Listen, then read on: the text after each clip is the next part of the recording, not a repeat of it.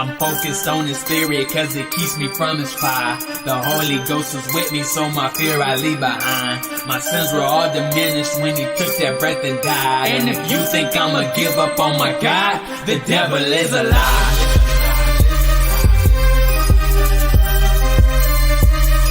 The devil is a lie.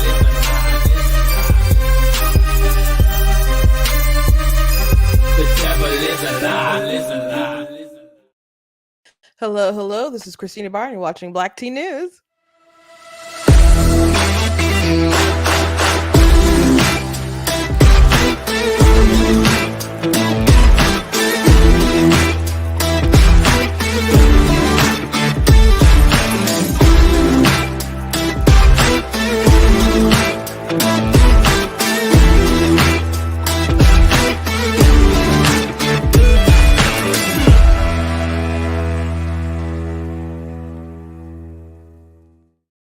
Hello, welcome to Black Tea News. I'm your host, Christina Barr, and today we're going to be talking about Donald Trump. Well, he's saying that he can cut energy prices by half. We'll see, how he lays that out. But Kamala Harris, apparently their plot for the economy is to just go after businesses and make some laws to really just cut down on prices. So they want to do price controls. Again, it sounds like she was trying to control the means of production. So who do you trust on the economy to get things rolling? I would say definitely not Kamala Harris, in my humble opinion, and that's what I'm here to give. Also, crazy story here. One of the Secret Service members that was supposed to be on duty protecting Trump was like off to the side breastfeeding, and I definitely respect mamas who go out there and breastfeed their children. But you're not supposed to be doing that stuff on the job, and rooms you're not supposed to be in when you have to guard a former president of the United States. So it's all very strange. I think you're doing women a disservice here when you get caught breastfeeding on the job of protecting the former president of the United States. And also, the media is starting to report on some things about Hunter Biden that happened in 2016. So that's all very interesting stuff. But before we jump into everything, I want to encourage you guys, go to blacktnews.com, check out different content on the website, different articles, videos, etc. If you like what I do here, you guys can leave a donation on the website because it does cost to stream and run my website, all that good stuff. So you guys can support. I appreciate it. For watching on Facebook, you guys can send stars. For watching on YouTube, you guys can send super chats, which I will read the super chats as long as they are not like weird or disgusting or anything. I thank you to those of you who are live watching. I see some comments on Facebook already. I'm assuming there's people on YouTube already watching too. So thank you to those of you who watch live. I know some of you come back and watch later when you get off of work, while you're cooking your dinner, sitting down, watching me instead of watching Fox News at night. Thank you very much for your time. Like, seriously, there's a lot of different places you can get your news and commentary. So I do not take it lightly that you guys come here for my 2 cents of the world. So thank you very much.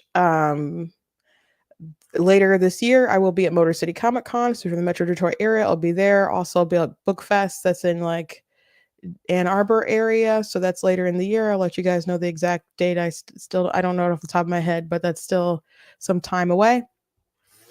So I'll have my books out there. So I'm sort of contemplating if I want to do something else kind of to the side by myself before the end of the year. But I don't know, things get pretty hectic toward election time, and everybody's busy campaigning and doing different stuff. So we'll see. I told you guys yesterday that I'm revamping or updating, of course, Guys Blatantly Gets Abortion. So I will be coming out with a second edition very soon. I'm just tweaking a thing or two about it, so it'll be soon. I'm trying to get it done up this week, so I won't have much of a big fanfare leading up to it. I'll just let you know, like, hey, the new version is up. So it's going to be a new edition because there's a lot of different changes. I think there's like an extra 30 pages in there. I expound on um, a lot of different subjects. I added a new chapter toward the end of it. I added a bunch of different church history stuff on the subject. There's this guy, Dan McKellen, who is a critical scholar, and every time there's like I don't know if every time, but he's made a lot of videos on abortion, and he's a pro-choice Democrat, and he doesn't talk about his politics when he gives his like critical scholar critiques on the Bible. But he talks more politics on Twitter, and I've looked him up. He's run for office, so I'm like, I can clearly see his bias leaking through his worldview, and I know it. And it's funny because he comes after evangelicals for having their social issues or whatever. I'm like, you are clearly influenced by your worldview, sir, when you analyze this stuff. But he tries to act like it's a kind of a new invention of like Christians to be so pro-life when there's a ton of church history, first century, second century, third century, that you can find on the matter. Which, to be frank, you can go look up like Catholic Answers, and they have that kind of stuff on their website. That's pretty easy to find. But I added some more church history stuff. I expounded upon some more objections that people have. I included some perspectives from the abolitionist versus the pro-life view of how you establish justice. So I added some of that in there, presenting both sides of it, because I didn't really deal with that too much in the version that's out right now. And I thought, it was important to address. So it's now added to that. So it's just more expansive. There's other objections about personhood and other stuff that I expounded on. So there's just a lot of stuff in it. So I'm excited about releasing that. And I have some other articles that I wrote that I was waiting to drop until I had updated my book. So I'm excited to finally post some other stuff about it. Because I did well, it's not really an article, it's more like an essay addressing Judith Jarvis Thompson's abortion essay. It's called In Defense of Abortion, but that's where the violinist argument pops up in there. She might have originated the an oak tree isn't an oak, like an acorn isn't an oak tree argument too. I don't know if she originated that, but that's in that essay. And that's really stupid if she did originate it, but that's in there too. And so anyway, I debunk that because I don't think her thesis of her essay really has any bearing in the real world, and I lay that out. And I don't think I've watched a lot of videos and read a lot of things addressing the violinist argument, but I haven't heard anyone address it the way that I have. So I think it'll be very helpful. So I'm excited to just get a lot of stuff out there. So I'm working behind the scenes when you guys don't see me live. Just know I'm, doing a lot of stuff, posting a lot of stuff, or will post a lot of stuff. So I'm excited. So before I get to the news of the day, I do want to tell you guys about a comment that someone left on one of my videos. And so it was from a TikTok that I posted, and it was too long to be a short, so it's just a video. And it's talking about Kamala Harris, and there's like a me with a purple hair who's clearly for Kamala Harris, and then there's a person who's me who's just, so it's like two characters, a Kamala Harris supporter and anti-Kamala Harris supporter. Not necessarily even a Trump supporter, just someone who's anti-Kamala Harris. So someone left a comment, and I screenshot it. Let me get my phone and I'm going to read it to you because I screenshot it. It's not that long of a comment, but it's so dumb to me, these folks, and the lengths that they'll go to defend their candidate. And I don't know. I guess there would just be a lot of annoying people who's going to pop up on my feed. But this made me laugh.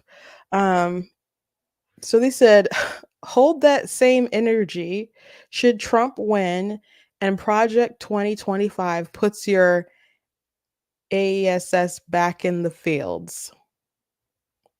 That was a comment that someone left on my YouTube video.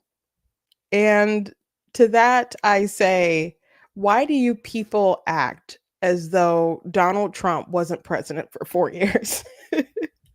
Why do you people act like he wasn't president for 4 years? Why do you people act like I was 4 when he became president, or even 14? I was a grown woman who did vote for him twice, by the way. And I am able to remember and experience how the country was while he was president. And no one tried to put me back in the fields. First of all, I think I would be in the house, just to be frank. I don't think I'd be in the fields. I think I'd probably be in the house. And I can cook pretty well. So I think, I might have been in the kitchen or something. I mean, I think I'd be doing a lot of stuff, but I just don't think I'd be a field Negro, just to be honest with you guys. But he didn't put anybody back in the fields, guys. This is so stupid. This is so stupid. And, again, Project 2025 isn't his thing. I don't believe all these people complaining about it read like is it 600 pages or 900 pages? I don't remember. I didn't read all that stuff, and I don't believe all these people complaining about it have read it. And there's probably a lot of stuff in there that I probably frankly agree with. They're like, oh, he's gonna ban abortion. I wish. But I'm sure it doesn't say in Project 2025, put their bleeps back in the field. I'm positive. I am so positive that it does not say that in Project 2025. It just doesn't. Guys, I did work for the Michigan Republican Party in 2016. So I was a creative director. I made videos for the Michigan Republican Party. Many of them went viral. There was one that was 50 Reasons Not to Vote for Hillary Clinton on Facebook that got like almost 900,000 views. And and it was like 5 minutes long. So that's a long video to have like, a ton of views and comments and shares and all that stuff. But it was effective. And I was good at my job. So I'm very responsible for Donald Trump winning in 2016, especially like in Michigan, which, nail biter election. It was like 10,000 votes where he won that by. I got to go to the inauguration. I was at the inaugural ball as well with my sister, some of them, not all of us, but most of them. I think there was 2 that didn't go, but we had a nice time. I went to the White House twice when Donald Trump was in office. And no one tried to kidnap me and put me in that kitchen or in them fields. Nobody. I went there for the 2 times I went was for what? I think Black History Month. And one of those times they introduced their new Surgeon General, who's a African American man. And it's just funny. It's all this stuff is so funny, like I don't know what people say this kind of stuff and just assuming all this kind of crazy stuff. Like one time someone was like, oh, people treat you so bad at rallies and blah, blah, blah. And I'm like, I've been to these rallies. Like I've been literally like sitting so close to Trump. He had to move his head for you to see me sitting right behind him. I've sung the national anthem at I think 3, if not 4 of them. I did it once at a Mike Pence rally, and I did it maybe it was twice for Trump rallies. And for those of you who don't know, my sister actually works for the campaign now. She's the head of like urban engagement. And if you're like, aha, Christina she is a paid shill. They don't pay me. They don't pay me. I say what I want to say. They wouldn't pay me with all the stuff that I say. You guys know I criticize them all the time. There's no campaign that would pay me to be as open and free-minded as I am And I'm at the stage in my life where I don't want my voice to be silenced like that. So if at the most, someone would have to pay me to, and I'd be like a contractor and maybe make videos or something like that. But I would never take a job at this point of my life, or at least I would very much try to not do anything that would stifle my voice. I don't want to do that. I really hate that. I was mad sometimes when I worked at the Michigan Republican Party, and one time they told me to take down a post, and I was so mad. I was so mad I wanted to quit. And that was like pretty early on when I worked there. And I wanted to write my boss like, you better explain to me how what I wrote was anti-Republican if you want me to take this down. But I just took it down. But I was mad. So I'm not interested in being a mouthpiece. I speak my mind, man. I speak my mind. So people thinking like, hey, it's gonna put you back in the fields, as if we didn't all experience Trump in 2017, 18, 19, 20. Nobody went back in the fields, bruh. They're like, oh, he's so racist. He's so racist. He loves bragging about giving money to HBCUs. He loved bragging about low Black unemployment, and you know, just don't be stupid. Don't be stupid. People didn't think he was racist until he ran for president. And if we went toe to toe, like you naming something you thought Trump did was racist, and I named something that Joe Biden or just Democrats did that is racist, my list is a lot longer than your list would be. Sure, there's quite literally racism in the Democrat Party platform right now. Right now, there is racism, an endorsement of the laws treating people differently based on their skin color is in the Democrat Party platform right now. And you jokers think that Trump and Project 2025 is going to have me in the freaking fields. Just go in a goat pit and die. Like, oh gosh. If you don't know what the goat pit is, if you've ever seen what's it? Ready or Not. It's a movie about a girl who marries into a family, and she doesn't know they're basically like Satan worshipers and stuff, and they have to play a game, and if it's hide and seek, then they're gonna try to kill you. So it's like a survival movie. And there was a pit where there was like a bunch of where they had like sacrifices or something, so there's like dead goats in the pit. So for a while, me and my family, like when something happened, we'd be like, go in the goat pit, like you're banished to the goat pit. And we'd have like emojis of a black hole and a goat or something. So if I ever mention the goat pit, that's what I'm talking about. Like so I felt after I mentioned it was worth explaining. Anyway, before I get to the economic stuff, I want to play this clip of Eminem talking about Trump, because I was going to mention it the other day, but we just ran out of time, and I opted to show something else before we ran totally out of time, and I had more thoughts than time to get this out. So I want to play this. Now, before I hit play, I love this comment. Sounds like his name should be feminine instead of Eminem.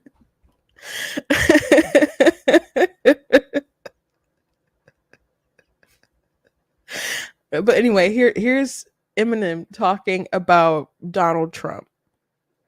When I start talking about Trump, I get too flustered in my head, and the shit that I want to say, there's too many things I want to say at once. So sometimes I start talking and I'm not able to convey the message the right way because I just get flustered and frustrated watching him play to his base that thinks that he cares about them, and it's actually the people that he cares about the fucking least. If you're talking about his core being, a majority white middle class what I don't understand is how in the fuck do you feel like you relate to a billionaire who has never known struggle his entire fucking life? I will say this, he talks a good one. And if you're in his base, you're a core, let's say you're going to the rallies or whatever, you watch him on TV, you hear him talking this shit. There's part of me that understands, like, all right, he's somehow still got them because he's brainwashing them into thinking that something great is gonna happen. Nothing's happening. Nothing is happening. I don't know, man. I get really flustered when I talk about it.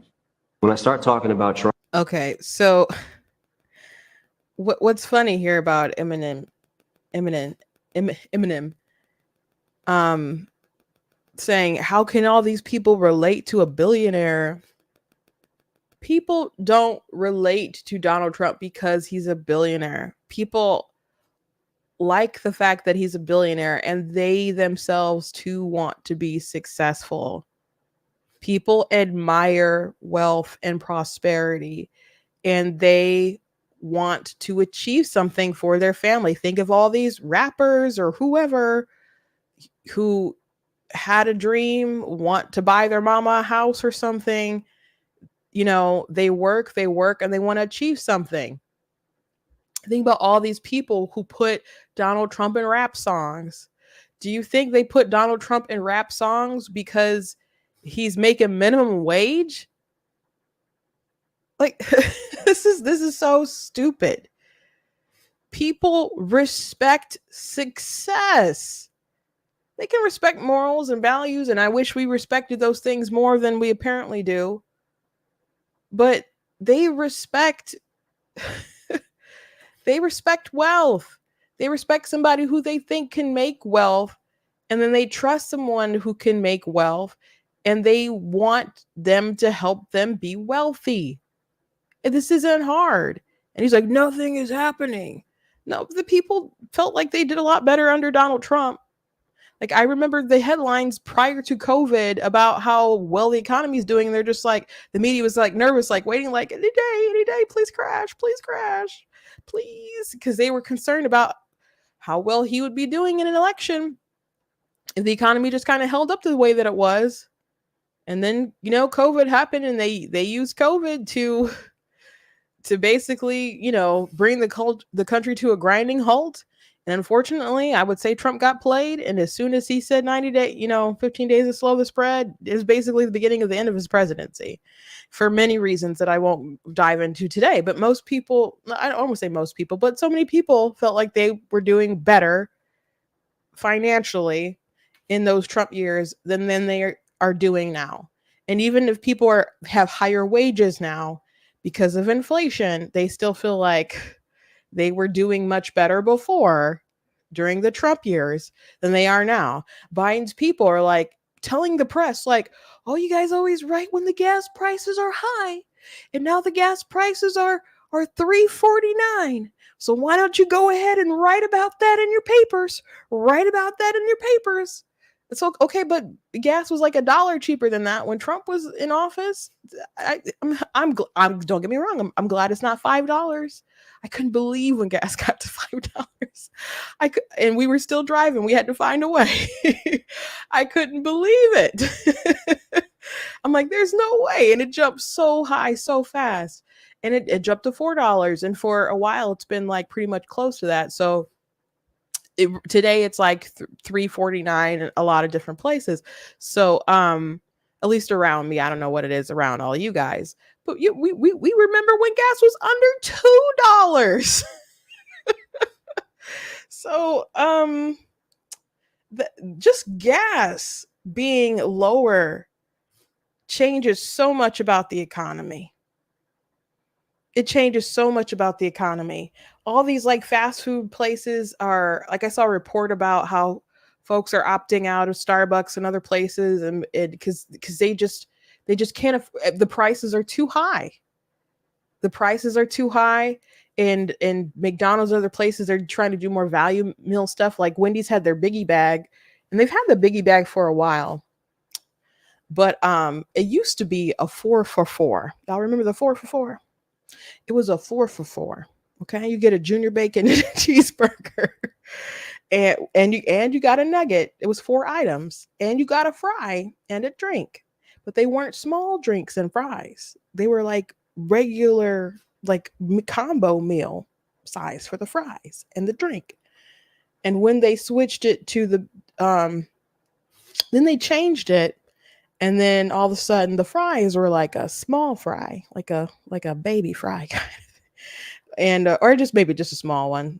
And I don't, sometimes fast food places call us like a regular thing is a small to confuse you, so you buy bigger stuff. So whatever, like the small fry that's below like the normal combo, that's what they give you now. And then they changed it, and now it's a biggie bag, a $5 biggie bag. So they changed it, but I remember when the 4 for $4 was king. But it was still king, I guess, because McDonald's started doing a $5 combo, and they give you a small fry and they give you a small drink instead of a medium drink. At least Wendy's still gives you a medium drink. So anyway, these fast food companies are noticing that people are going toward these value items rather than ordering like the Big Macs and like the different combos and stuff. So their sales are not going the way that they need them to go anyway, because people are sizing down and trying to spend less money where they can. Everyone's looking for value because things are so expensive. And Starbucks, they just fired their CEO, who was a CEO of Chipotle, and because people can't take it, I guess, and they need something to turn it around. Times are tough. But Kamala Harris's whole idea is, hey, these are just greedy corporations. So her brilliant idea is to just turn on the corporations and instigate that class warfare between, the people and the corporations, and go after the corporations by threatening to charge them if they're price gouging. I don't know how they're going to define that or decide that they're price gouging, as opposed to just like, the pricing things are where they have to be because that's where the margins are, and that's where people are willing to pay, and where we can still maybe make a profit. These people don't know much about the economy. Kamala Harris has not worked in the private sector. Like my title is, do you trust Kamala or do you trust Trump with the economy? And I think there's a lot of reason to trust Trump. You guys are going to trust someone who's doesn't know how to make a job for people, and has been a part of administration where people have been struggling for years now. If you don't like where things are economically with Joe, why would you like things economically with Kamala? Because she's proven to be more of a, authoritative government sort of figure with more incompetent plans that are very radical, endorse the Green New Deal stuff, Medicare for all, is willing to ban fracking, willing to get rid of private healthcare insurance. And I know they're saying that they're not for that kind of stuff, but here she is arguing for price controls. That stuff doesn't work.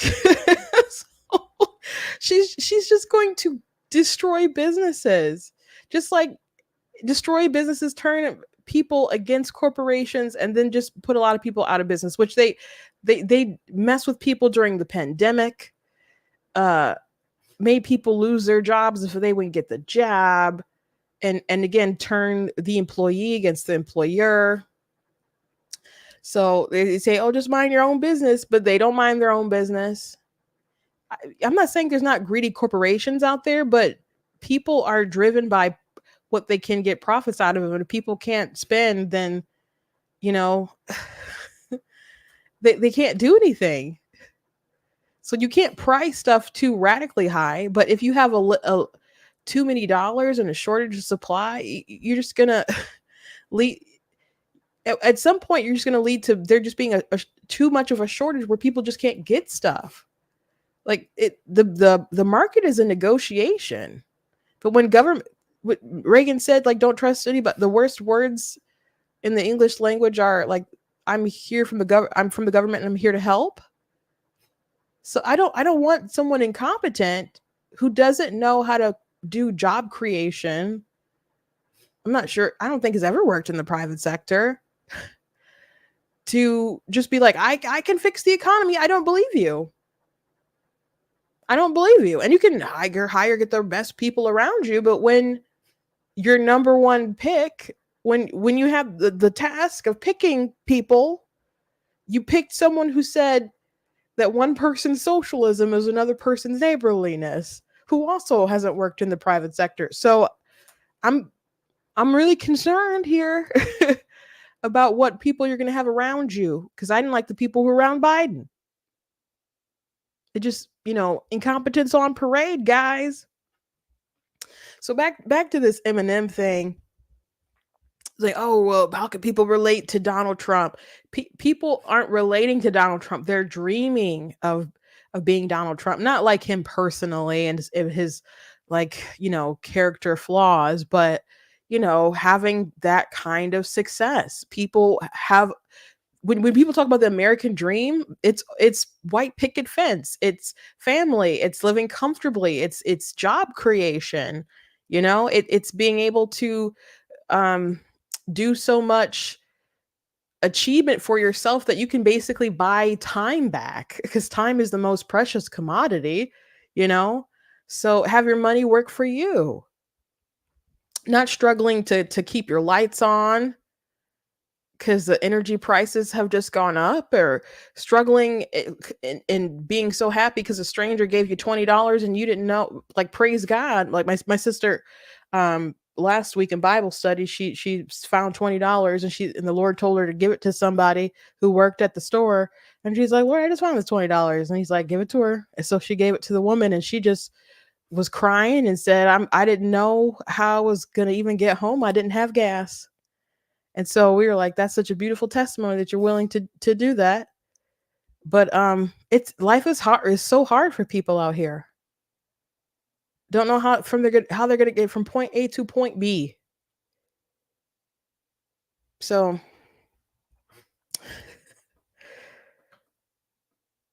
I remember in the Obama years how tough it was when I worked at Target back then. And people just struggling to get to work, to Target, gas to get in the car to work to Target. It was rough, man. Those Obama years were really rough, man. And then when everybody started doing good under Trump, they're like, oh, this is just Obama's economy. I'm like, y'all didn't think. Literally, I remember the day before, the week leading up to the election. It was a few days away. I was in the grocery store in Lansing, and someone was like, yeah, the economy's not good, but George W. Bush, and I didn't know these people behind me who were talking. And like all the hairs on my neck stood up, and I just could not control myself. And I turned, I'm like, it's been 8 years. It's been 8 years. And they're looking like, what the heck? But I'm like, so it was like never Obama's economy until Obama was never the president. Okay. It was always Bush's economy. And when it was Trump's economy, it was suddenly Obama's economy. I'm like, I'm not going to memory hole, people's perceptions at the time. I'm not. But it's funny that Eminem has this like, oh, you can't relate to him. You can't relate to a billionaire Donald Trump. And then Tim Walz, I've already played a video before with Tim Walz talking about how, JD Vance, and how like, oh, well, he went to Harvard. He went to Yale. So he's not relatable. And I think JD Vance's story, granted, I didn't read his book, and I didn't watch the movie. It's on Netflix. Maybe I'll have to watch the movie at least, but I've heard of the success. He's talked about it. And before I think he ran for Senate stuff, people were talking about his book, in different like conservative circles anyway. And it's an inspiring story to build yourself up and then be able to go to Yale It's not a bad thing. It's not a bad thing, but they want to act like he's not someone who was an, I don't know, hillbilly, whatever. So, here's Tim Walz talking. Guys are just weird. And it's, you know, they're running for He-Man Women Haters Club or something. That's what they go at. That's not what people are interested in. And there is angst because robber barons like J.D. Vance and Donald Trump gutted the Midwest, told us we didn't do that. They talk about private schools. Where in the heck are you going to find a private school in a town of 400? Those are public schools. Those are great teachers that are out there making a difference and gave us an opportunity to succeed. That angst that J.D. Vance talks about in Hillbilly Elegy, none of my hillbilly cousins went to Yale, and none of them went on to be venture capitalists or whatever. It's not who people really are. You guys are just weird. Well, somebody is. Some people go on to be venture capitalists and get to go to Yale. Man, haven't you ever seen like videos of I don't know, young black kids, and they get the call that they're going to Harvard or they're going to Yale or they're going to Stanford, and everybody just jumps up, and these things go viral because they're living the dream, a dream that their parents and friends and family have sacrificed for them to be able to achieve. And if you get to do something really great like J.D. Vance and then get to be nominated as the vice president of the United States, you get some old guy going on TV talking about like, oh, you hillbillies don't go to Yale. Like none of the hillbillies I know. Well, let's dream a little bigger, darling. Like seriously. And as the person who posted this noted, Walz enrolled into Harvard University teaching program abroad in China. Like these people act like they're not elitist, like they're so relatable, while you trash people like J.D. Vance and his story. It's so stupid. It's so stupid. Nobody dreams of being poor. Nobody dreams of being poor. Nobody. That is nobody's vision when they think about the American dream. And to sit up and try to play on like class warfare and bitterness and blaming these corporations for bad policies, financial policies, economic policies that they've been pushing all these years. It's just really disgusting because these people who have these corporations, yeah, some of them are big, like giant monsters, sometimes people lose focus of what's important or whatever. But a lot of these folks watch a show like Shark Tank. Why do people like Shark Tank? Because they see someone on the ground, like running to achieve their dream, and they've started a business. And they want to provide jobs for other people. They want to provide stability for their family. And when they have success, they're the big bad corporation that these freaking people hate, that they want to control, that they want to punish if they think they're price gouging.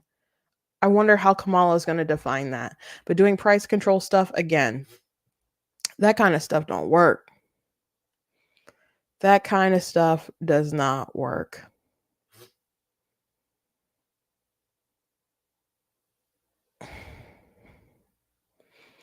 Now, Donald Trump, he did say something about trying to get energy prices down and cut them in half. Now, I don't know how exactly he's going to pull that off, but again, I trust him to do it more than I trust Kamala to do it. By contrast, I'm announcing today that under my leadership, the United States will commit to the ambitious goal of slashing energy and electricity prices by half, at least half.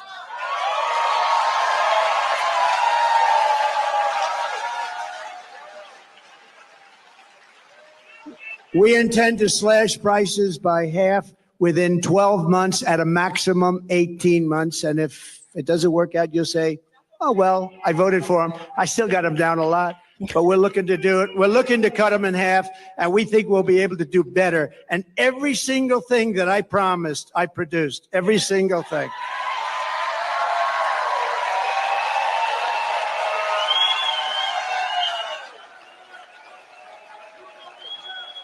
So somebody had said in the comments of this video, like, why didn't he already do it before?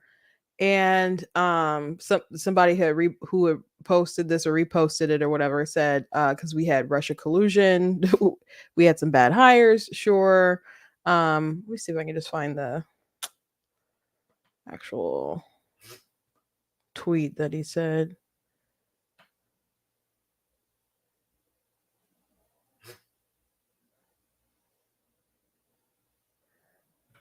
But there was I mean, you guys lived through the Trump administration.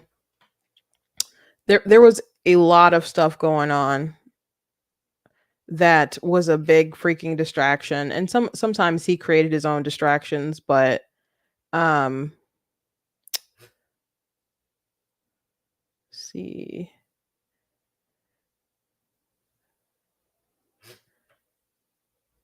if I can he's the guy who posted it, but no, he said Russia hoax, bad hires, COVID, no Elon and Teal helping craft a big bold vision. Trump spoke at length with his Elon interview about how he relied on the wrong people for hiring advice while being new to Washington. He actually, to my surprise, cop to that. He made it clear that the lessons were learned. I believe him, as that was the first time I'd ever heard him take responsibility for his mistakes. I think something that was pretty interesting. I did not listen to all of the Elon Trump interview. I didn't even listen to most of it. So, but something that was interesting that they did talk about was making a commission. And Elon said he'd be willing to be a part of this to analyze the efficiency of government. And on one hand, I'm like, that's amazing. That would be great. On the other hand, I'm like, they will probably try to kill this man again. The swamp is vast, and they are not going to, if they can help it, because there's people who have the attitude, they're in the bureaucracy, they've been there, they'll survive. They survived Trump before. They believe they'll survive him again, and they will push other people out who are above them out that he may appoint. But they're going to keep their job, and they're going to be there, and they're going to retire, and they're going to have a nice pension, and they're going to have good health care, and you cannot stop them. They are part of the machine. You can't stop them. So I if he can somehow wiggle his way around these folks and actually slash a lot of bloated government jobs and all that stuff, that would be great. But I don't see people like just allowing things to happen where Elon went into Twitter and just started firing a bunch of people, and apparently they didn't need all the jobs that they had with folks, and a lot of them working at home, and they had their special cafeterias and all this other stuff, and Elon was just like, we're gonna make things more efficient. I don't know what all those people were doing at Twitter, but the website is still running. I'm not saying that there aren't things about it that I would like to be changed or different or whatever, but obviously it's still running, even though they got rid of so many different people. So if Elon and other folks want to come in and really, I mean, when Elon said that, my first thought was like, get Rand Paul, get Rand Paul, get Rand Paul. Because Rand Paul, when it's like Festivus, he will have a list of like stupid things the government spent money on and so on. He'd probably be so good at like letting people know, like, I've been saying this for years and people are finally listening to me about who needs to go and what needs to be cut and with stupid stuff we're spending money on. And I, whatever panel that you make, please put Rand Paul on it if that's a thing. But that did excite me, but it did kind of scare me on Trump's behalf, because I'm like, there's people who plan to survive him, and I'm not saying they're going to necessarily somebody's going to try to take him out again, but they have ways of just trying to ride through the storm, and pushing other people out who he may try to put over them. So he's got to really know how to maneuver stuff, man. But whatever he does with energy has got to be better than what Joe Biden their attitudes are about energy. I mean, Biden, it was so silly. Do y'all remember like as soon like day one or whatever? Maybe it was day one, but it was very close to day one, if not day one.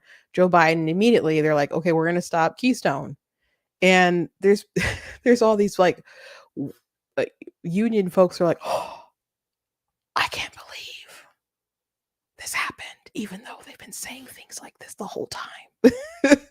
Because Biden was going to do these different unions and different groups and face to face and trying to make the case that hey, you should support me, even though that he's going and looking people in their eyes saying, hey, we're going to get rid of like all this fossil fuel stuff. And they still decided to support someone who wants to like end their industry. So, Pennsylvania is very, very, it's do or die for Democrats. Trump has more paths to victory than Kamala, though she looks like she's up and stuff. Pennsylvania is very important to them for electoral victory. And there's too much that's out there that should tank her. There's too much that's out there that should tank her. But Donald Trump is going to unleash American energy like he's tried to do before, has done before, and will continue to do. But Kamala Harris, no way. No way. Speaking of Donald Trump and danger, there is a story. This is from Newsmax. This video I'm going to post or play for you guys. A Secret Service woman, and I love women. I'm a woman, guys. I love women. No homo, but I love women. I'm a woman. I respect women who breastfeed their children. But this is weird. The Secret Service detail that's guarding former President Donald Trump. So this coming from Real Clear Politics, reporting that a female Secret Service agent abandoned her post in North Carolina to breastfeed her baby during Trump's visit yesterday to the Tar Heel state. The report says about 5 minutes before Trump's motorcade arrived, the site agent who manages security for the entire event did a final sweep of the location. And while walking the route, the site agent reportedly found the Secret Service special agent in question breastfeeding with 2 other family members present in a room that's supposed to be set aside for official business like an emergency involving the president. The report says the special agent did not have permission to leave her post and gave no warning prior to the event that she needed personal time.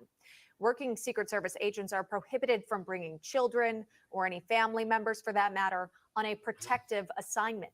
All right, still working on clarification and details on this, that coming from the reporter for RCP. And it comes about a month after what many consider to be the biggest Secret Service failure in recent American history, the assassination attempt on former President Donald Trump in Butler, Pennsylvania. For details, national correspondent Alana Austin just got a response from the Secret Service spokesman on this. She joins us live from Capitol Hill with this story. Alana.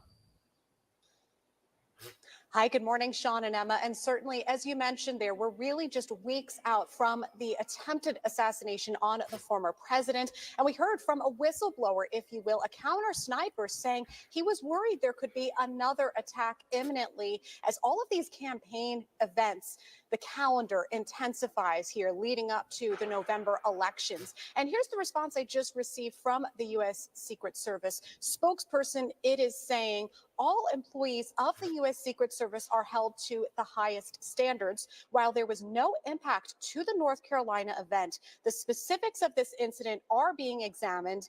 Given this is a personnel matter, we are not in a position to comment further. So there were many alarming details of this report that first broke from Real Clear Politics about the family members on site. Of course, just minutes before this event is really supposed to get underway, the Secret Service agent apparently breaking numerous policies and protocols. I've asked the U.S. Secret Service if they could clarify whether all the details of this report are accurate. And at this point in time, we are waiting for further clarification. Okay. They say they're waiting for further clarification. Let's assume the real clear politics stuff is true. I'm assuming they don't want to confirm all the stuff anyway. This is not a job. Look, I respect women who are up there feeding their babies. I do. Like my sister, she let her kids self wean. She's a trooper. She's a trooper. We were like a few little nibbles and we were done. My mom was like putting cereal in our bottles. Like we were bigums. We were ready to go. But my sister, she fed all her baby. She's breastfeeding now.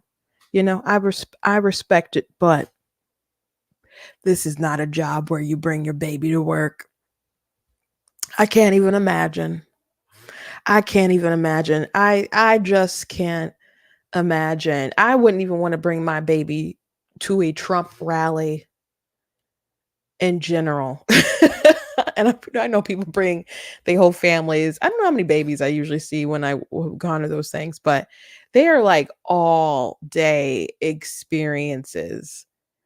And things are different, I guess, when you're Secret Service, you got to go and you got to like scope out the place early, and they're late, and it's just a lot. Why would you bring your baby there? And I know the answer might be because the baby needs to be in proximity to the titties, but you just shouldn't be there on assignment if it's that deep, man. If that the story is crazy. I don't want to be anti-woman, but jeez, this story is crazy. It doesn't make sense. It doesn't make sense.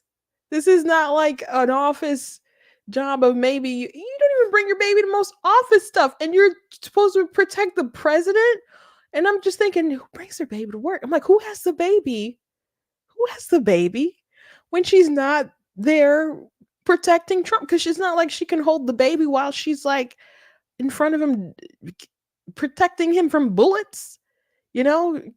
What's the name's character on Wesley Snipes? Is it Nino Brown, like who tried to use the kid as a shield? Like, you can't do that. This is so weird. And to pick a special room that she's not supposed to have access to, that's supposed to be for meetings, and you have family there.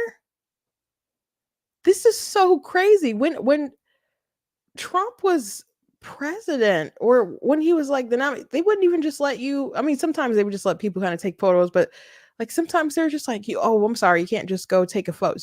Be back here and take a photo, because they have to vet you and all this stuff. I've never I guess I've never talked to him face to face. Even though I've sung at the rallies, I've never gotten a photo with him. And all this stuff is crazy. You guys know that my sister made she's a text portrait of Donald Trump. She's in the comments. Her name is Tina. Tina's the artist. And let me just go to Tina's website real quick and pull it up. So there was a big portrait that we got made of her Trump portrait, and it says Trump over and over and over again. Over and over and over again. And so we were trying to get it signed. So for this event, for the Fallen and Wounded Soldiers Fund. And so we tried to get it signed in Detroit, and I couldn't. It was too big. Secret Service wouldn't really let me in. And then when I went to the Faith and Freedom conference, I had it, and so many people were trying to get me to be able to sign it. And there was someone who worked there who saw it and was trying to talk to us, Secret Service to get it done, and the other different folks. And they're just like, oh, there could be anthrax on it and other kind of stuff like that. And I understand that. Believe me, I understand that. But hearing all these stories about all these breaches and how there was someone like so close that from the stage you could see where this guy was scoped out. and the Secret Service and authorities knew, like, in advance. I don't even understand why they allowed Trump to go out on stage at all with that kind of threat around. I don't understand why they didn't have somebody on the roof. Oh, I'm sorry, it was sloped, right? That's why I didn't have anyone on the roof. It just, everything you find out about it makes it bad. Then the FBI and folks try to say that, imply that Chris Wray tried to imply that, Trump wasn't really shot in the ear, and then they had to walk that back because obviously he was shot in the ear, and or scraped or grazed or whatever. We saw it. We saw it. And then they try to say that the guy, he wasn't really, we don't know his politics, or maybe he's right wing or something. And then the creator of Gab, I think it was Gab, was like, no, we found his profile and they're pretty left wing stuff. And I'm just like, y'all wouldn't just walk this backstage for me and let this man sign this photo to raise money for vets? I'm because it might have anthrax on it. Like, it's just all of this seems so absurd. Oh, but breastfeeding baby, that's cool. I'm puzzled by all these things, guys. I'm so puzzled by so many things these days. Puzzled, baffled, kerfuffled. I like that word. Not sure if it's a real one, but I hear people say it and I like it. I've been told they like when I say it. Kerfuffled. So anyway, I already mentioned Kamala Harris is going to try to make her pitch that she's going to go after corporations for price gouging. And so apparently on Friday in North Carolina, she's going to make a speech about it and kind of test that out. Donald Trump made a joke about Kamala Harris is waiting to see what he's going to do about economic stuff before she announces something so she can steal it. So it was kind of funny joke there, but probably some truth to it. But the Harris campaign says the plan is one of the several new policies Harris plans to unveil Friday, and that in her first 100 days as president, she would also grant authority to the FTC and state attorney generals to investigate and impose harsh penalties on big corporations that choose to break these rules to make a quick buck at Americans' expense. VP Harris also plans to unveil a number of other proposals on Friday, including plans to deal with prescription drug costs and housing costs. And it's probably just more price controls, rent controls, and things that do not work that are going to, again, it just sounds like she wants to control the means of production, guys. And it's funny because Joe Biden's going around saying we beat inflation, and Kamala Harris is saying, yeah, things are so bad that we need to go after corporations for price gouging, but we're not going to do anything about it now. We're going to wait until I'm president, and it's going to be a day one thing, even though I'm vice president right now. I'm vice president right now. So Axios and other folks have been reporting that Kamala Harris is going to be breaking away from Joe Biden. And Kareem tried to, I don't have the clip, but Ben played it on his show, Ben Shapiro, and Peter Doocy asked Kareem, the press secretary, he's like, Kamala Harris is breaking away from Biden's economic policies. Can you blame her?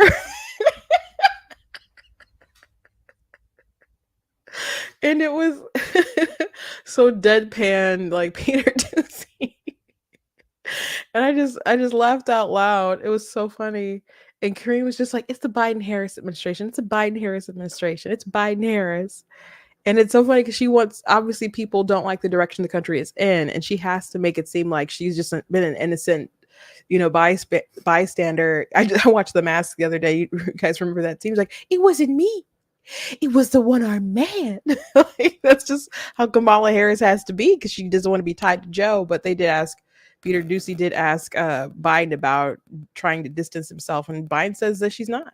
How much does it bother you that Vice President Harris might soon, for political reasons, start to distance herself from your economic? She's not going to. You don't think she's going to? Mr. President, how much does it? He says she's not going to. She already, according to reports, she has. She doesn't come out and really say things herself because she doesn't want to talk to the press. But It's already happening, bruh. It's already happening. Something interesting though.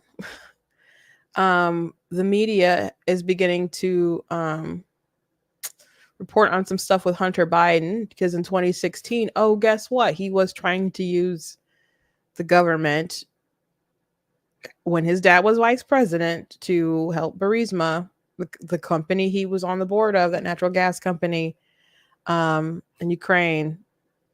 And he was clearly there because he was the president's son, didn't have any other kind of skills or anything that were worth him being paid all that money.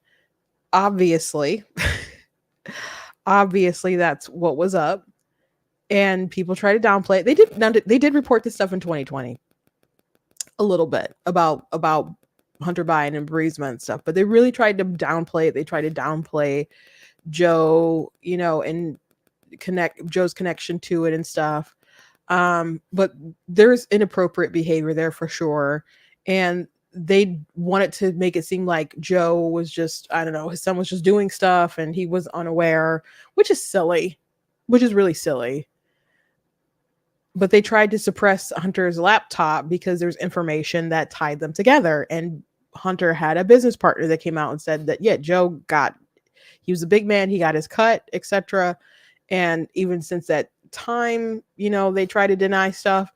And they tried to say that Trump, when Trump pointed out the laptop on the debate stage and other stuff, they're like, Joe Biden's like, well, everyone says this looks like Russian disinformation. Everyone said that. There's all these intelligence agencies that said, former intelligence officials that said that, even though they like compiled the letter and it was all real, it was all true. And I think that's the craziest thing that they blamed it on a foreign adversary as if they were interfering with our election. That's reason enough for Joe Biden to not have won and to not be the president. How irresponsible of him, you know. But now it seems like they're willing to talk about it a little bit more because they want to come for Joe. They want to come for Joe. So let's look at a couple clips before I let you guys go. The Hunter Biden document seeking State Department help came out after the president was no longer a candidate. Is the president bothered by that at all? Look, what I can say is what I've said before. He was not in business with his son. He's certainly not aware of this. And this is something that Hunter Biden has to speak to. He's a private citizen. It is something for him to focus on. And I'm just going to have to leave it there. You know, if I was a reporter, I would have totally interjected right there and say, what do you mean he was never in business with his son? Because there's that WhatsApp message with Hunter Biden threatening a Chinese businessman saying that my dad is next to me right now. And there's definitely evidence that puts them like in the same vicinity during that time when he sent that message. And I wrote about that at blacktnews.com. So yeah. And then they had to kind of revise I've never had business dealings with my son, or I've had nothing to do with it. I didn't know anything about it too. I've never been specifically in business with him, you know, so they had to keep evolving their language when obviously they're in business together. You know, there's messages with Hunter like talking to his daughter about, you know, him paying for everything or his dad taking most of his money or whatever. Now that he is aware, is he satisfied with how his son conducted himself in seeking help from the State Department? I mean, look, I can't speak to this. This is something that is an ongoing process. I got to let Biden, who's a private citizen, Hunter Biden, who's a private citizen, speak to this. What I can say is the president's never been in business with his son. He was not aware of this. And this is something for Hunter Biden to speak to. Y'all lying, bruh. Lies. Y'all know good and well that Joe Biden knew that his son was reaching out for help from the State Department and all this other kind of stuff. Should the documents have come out more quickly, though, given that it's been years of litigation? I really can't speak to timeline. The process here is not something that I can speak to from the podium. Oh yeah, yeah, sure it is. Sure it is. It's just something you don't want to talk about. So, information coming out, Hunter Biden seeking more help than they were trying to say. They knew this information and now they leaking it. And I wonder how much Kamala Harris and her folks were planning to replace Joe. Because Joe clearly didn't want to be replaced, but I do wonder, because we were like, oh, the debate was a setup. It was clearly a setup to push out Joe and replace him with somebody else. I'm like, I don't know, because I don't know why you'd embarrass yourself like that. But it got him out, didn't it? So if you, it depends who brought it, who broached the subject and really pushed for it, I guess. Because if you were Joe, and his people, it makes sense if you'd want an early debate to get that out of the way. So if he has a really bad performance, that people aren't thinking about it really close to election, like rip the Band-Aid off. But if you're like, okay, well, let's see if Joe can handle this. And if he can't handle it, then we really need to replace him. And then it's like, okay, but was there somebody who was like, he's going to make a dang fool out of himself? And after he crashes and burns, maybe he won't crash and burn. But if he does crash and burn, we can obviously replace him with Kamala. Like, I wonder what was really the thinking behind the scenes, because it can really go any of those ways. It really could go any of those ways. And Kamala is so conniving. Like, she's not smart. If someone on my comments on TikTok the other day was like, Kamala is smart, so smart. And so I immediately started pulling up clips to disprove that, but and put like 3 together and was like, you really think so? But she is conniving, and she's willing to do anything to gain power. So that's a pretty dangerous player. But what's really dangerous is that the media is willing to let her get away with it. So I'm going to leave you with this before I let you guys go. This was a conversation some time ago about Biden and his health and Kamala's honesty about the situation and how honest she was. Her duty to be honest to the American people about Joe Biden and his condition. Is a vote for Biden a vote for President Harris? A vote for President Biden is a vote for President Biden and Vice President Harris. We are a ticket. It's called Biden-Harris. That's the administration.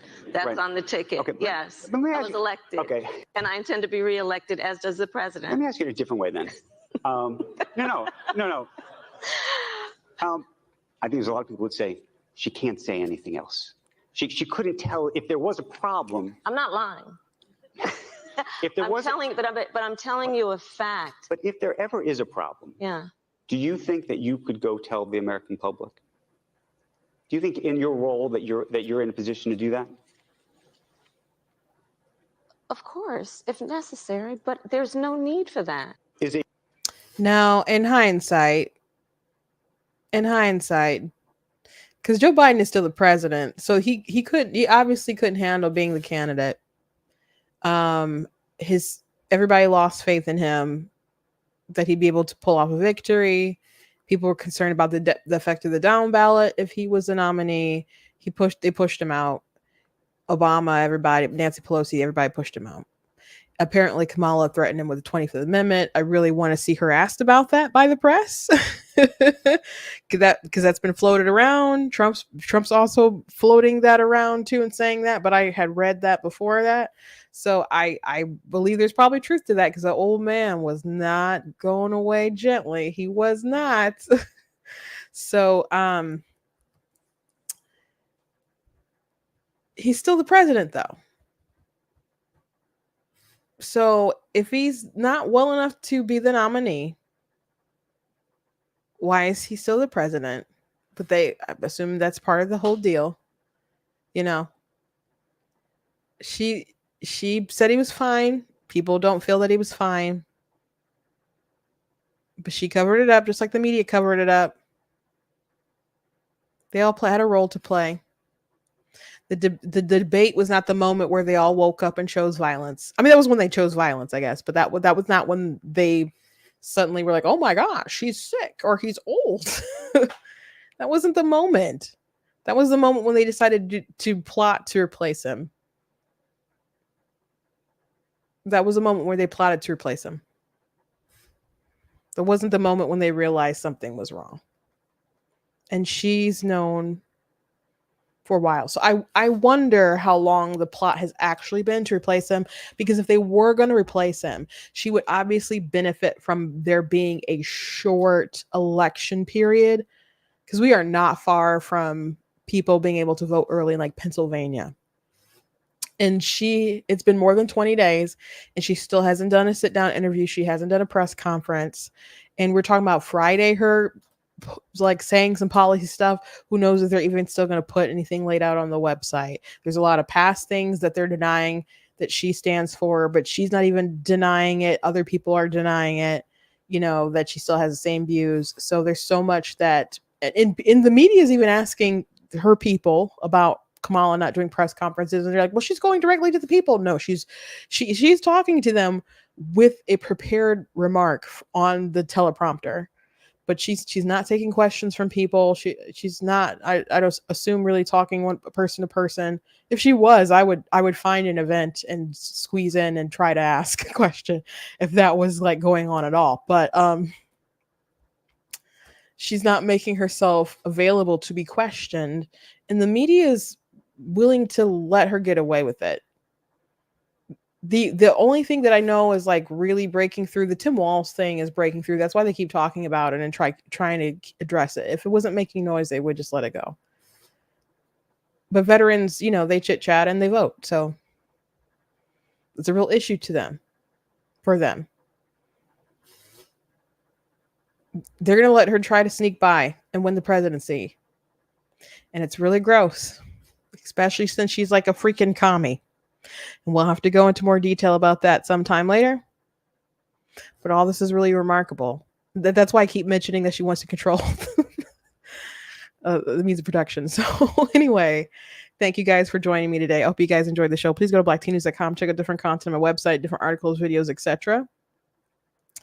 If you like what I do here, you guys can leave a donation on the website, because it does cost to stream and all that stuff. So you guys can support. I appreciate you guys can check out different merch on the website, like my black tea mug and different t-shirts that I have available. That does help out with the show as well. You guys can also check out different books that I've written. I have 18 that are all together. My sister Tina, who's I don't know if she's still in the chat there, but she did my illustrations for Of Course God is Blatantly Against Abortion, the book cover for that.